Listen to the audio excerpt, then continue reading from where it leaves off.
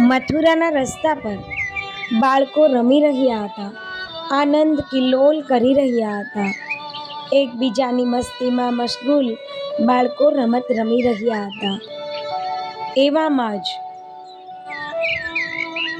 અચાનક વિકરાળ સ્વરૂપ રૂપે રાક્ષસી પૂતના નો અટ્ટહાસ્ય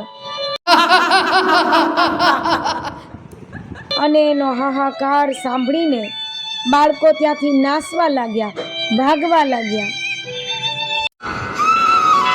માસી પૂતનાની કથા કૃષ્ણની બાળલીલાઓમાં એક મહત્વપૂર્ણ ઘટના છે. આ કથા ભગવાન શ્રી કૃષ્ણના જન્મ પછી તરત જ બની હતી અને તે દર્શાવે છે કે કેવી રીતે ભગવાને બાળપણથી જ દુષ્ટતાનો નાશ કરવાનું શરૂ કરી દીધું હતું.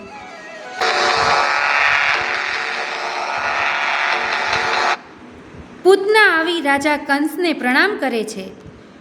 મને પ્રણામ ન કર, મારે દેવકીનો 8મો પુત્ર જોઈએ છે.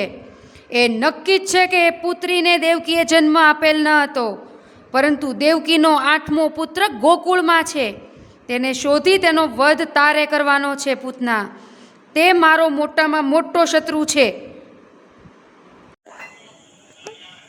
પૂતના રાક્ષસ સ્વરૂપે ગોકુળ જાય છે અને રૂપ બદલીને ફરતી ફરતી નંદજી અને યશોદામાના ઘરે જાય છે. ત્યાં તેને જોયું તો પારણામાં એક સુંદર અને દિવ્ય બાળક સૂઈ રહ્યું છે. તે જાણતી હતી કે આ જ બાળક છે જેને મારવા માટે કંસે તેને મોકલી છે. યશોદામા અને નંદજી તે સમયે હાજર ન હતા. પૂતનાએ માતાનું રૂપ ધારણ કરીને કૃષ્ણને પોતાના સ્તનપાન કરાવવા માટે ઉઠાવ્યા.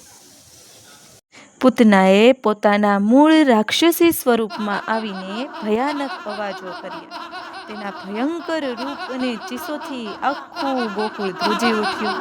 કૃષ્ણએ તેના સ્તનને છોડ્યા નહીં અને અંતે પૂતનાનું મૃત્યુ થયું.